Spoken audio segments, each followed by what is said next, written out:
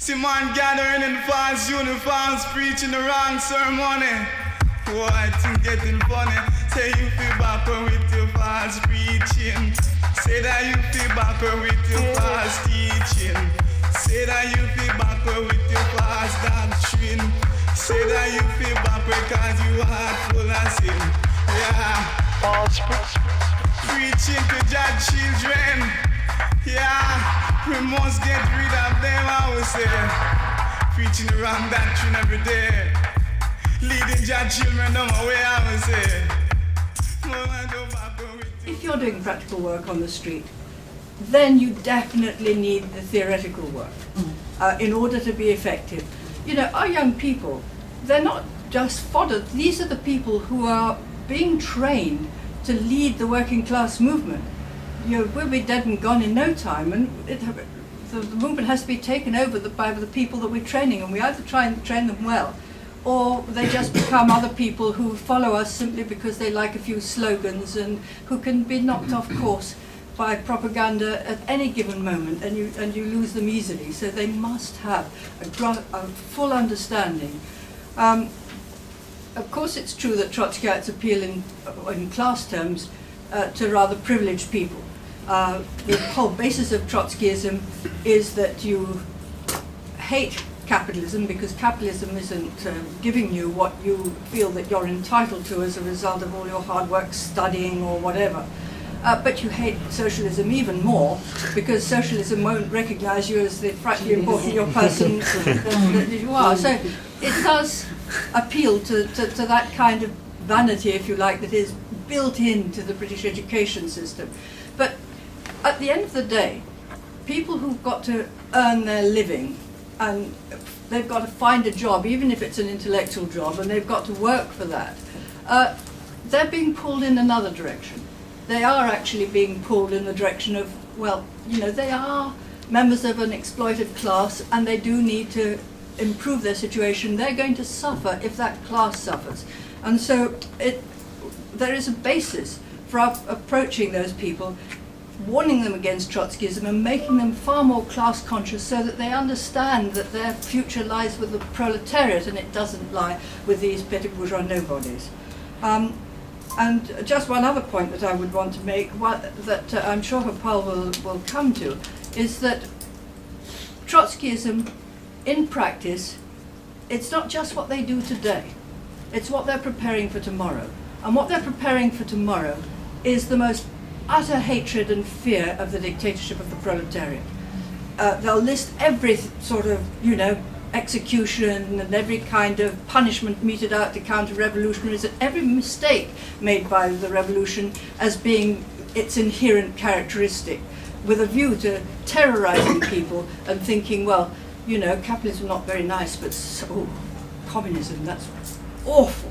And you know, it's this taking away of people of their confidence that they're going to be able to build a better world. So that must be fought finger and nail, and even if it makes us temporarily unpopular. Right, my experience with Trotskyism started in Mauritius when I was 18, and in Mauritius? Yes, which I didn't realise then. Only when I came here I realised what it was. And we voted for a party who were promising about socialism and everything else. So it became Paul Béranger, his name was. He was a white man. And he became the leader and he became the prime minister.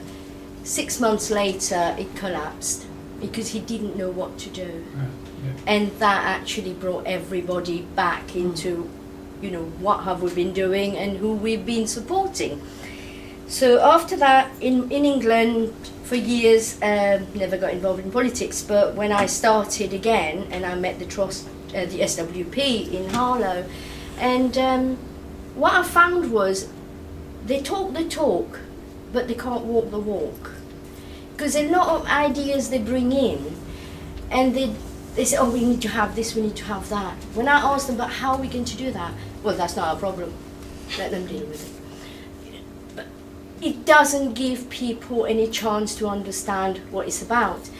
Last time I was in a meeting with Momentum. I'm not a Momentum member, but they're talking about NHS.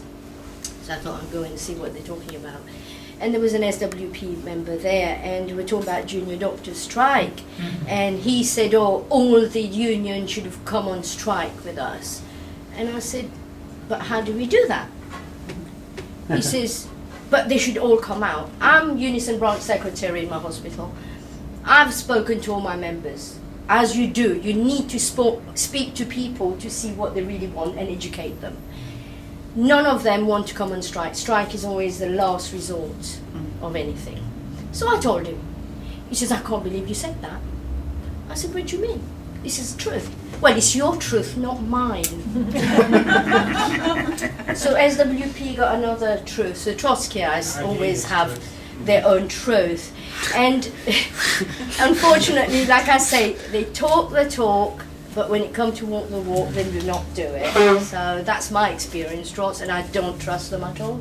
One of the best sources, apart from the book Leninism or Trotskyism, is also a small book, called A Bolshevik Short Course on the Soviet Union. That also, exposes Trotsky's shenanigans, and his counter-revolutionary position. Trotskyism is mainly a trend, I think, that takes place in the imperialist centres. The poorer countries, I think, owing to the fact that Trotsky rejected the role of the peasantry in the revolution, I think accounts for why many of the poor sort of colonial and semi-colonial countries actually reject that theory. It only seems to be something very popular amongst young people, especially students, that happen to be Trotskyite in this country, because it's like a soundbite, I think. It appeals to their sense of rebellion against the establishment. It just sounds good. Permanent revolution. So that's my theory of why, this counter-revolutionary, theory carries a lot of weight. But certainly the Trotskyites are proving themselves to be on the wrong side of history in relation to every struggle, whether it was on Ireland, whether it was on Palestine, South Africa, Iraq, Afghanistan, Yugoslavia, today in the Ukraine. Their attacks on Russia. They've always found themselves on the wrong side, and that's not accidental. That is because they do not grasp Marxism-Leninism. As Stalin said, there is creative Marxism and there is dogmatic Marxism, and I stand for the former. Before I call on Harpal, just one little point I'd make too, to confirm what Tim was saying about on the wrong side of every struggle in history. My very first experience of the working class struggle in this country was the anti-Vietnam War movement. And it was notable then, it was really a broad front. There were lots of organisations involved, and there were lots of organisations around at that time. And the Trotskyites were very prominent for being against the National Liberation Front, which was the main force fighting against the US occupation of South Vietnam, and against the leader of Ho Chi Minh, because he was a Stalinist. Yeah. So if you're against Ho Chi Minh, if you're against the Communist Party in North Vietnam, the NLF in South Vietnam, who are you left with supporting? I'd join the American Army then. Harpal. My task is much easier because there have been a lot of contributions from the floor which have been excellent, which means really it's a highly educated audience that I'm having to deal with. Almost makes what I have to say totally redundant. I don't want to take much time. I just want to make 2 points. Partly, the first point has been answered by Tim. Jyoti says, for example, that Trotskyism has had only some luck in imperialist countries. It doesn't have in third world countries. Well, it doesn't, because it ignores the people. In third world countries, majority of the population are peasants. Revolutions are made by people. They're not made by leaders, they're not made by parties, they're not made by individuals, they're made by people.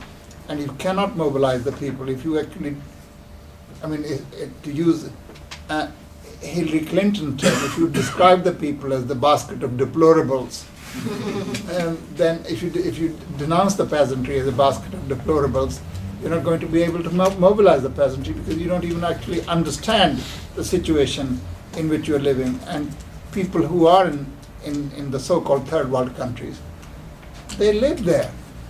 They know who they're dealing with.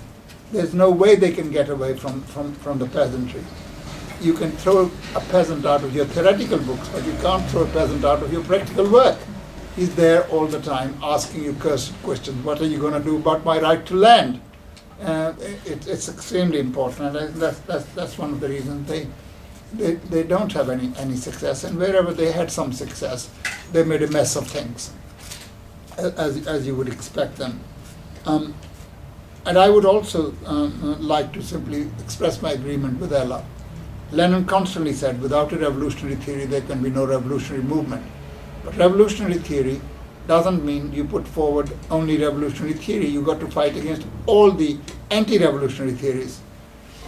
So if you actually accept Trotsky's theory, revolution can only be successful all over the world or not at all, then everything in Trotskyism works well. But the thing is to expose it, that this is a completely wrong theory. And the young people who are attracted to Trotskyism, and I'm happy to say, increasingly they're not. Because Trotskyism is forever mourning and crying out, sobbing like little children every time Labour Party is defeated in a general election. But every time there's a counter-revolution in a socialist country, they're dancing with joy. Now there must be something wrong with your values, that you actually can be sorry that Neil Kinnock did not win the election, but you're very happy that East and Central European socialist countries have disappeared from the scene. So you have to explain, why is it people who call themselves socialists, who swear by Marxism, who really shout revolutionary phrases, are in that situation? And that requires some time, because it's much easier to utter a lie, much easier to propagate a wrong theory. You don't have to do much. But to answer that, it takes a long time. As Lenin says, there are some questions of which it is said, one fool can ask more than 100 wise men can answer. So this is exactly the same. The wrong theory requires a lot of hard work. And it may sometimes even sound futile. Why are we doing it? It's obvious, isn't it? It's obvious there is no God, unless there is a God believer here. So in case my apologies to God believers. But equally, how can somebody believe and follow the theory of Trotskyism? But they do. How can people still, in large numbers, actually continue to fight against the theory of evolution put forward by Darwin? They do. No, I know. They do. And in millions. And to actually educate them is our job. Just as it is important to educate them in the theory of evolution, it's important to educate them in the theory of Marxism, Leninism, and against all false ideologies that purport to be working for the liberation of the working class. That's all I have to say. Thank you.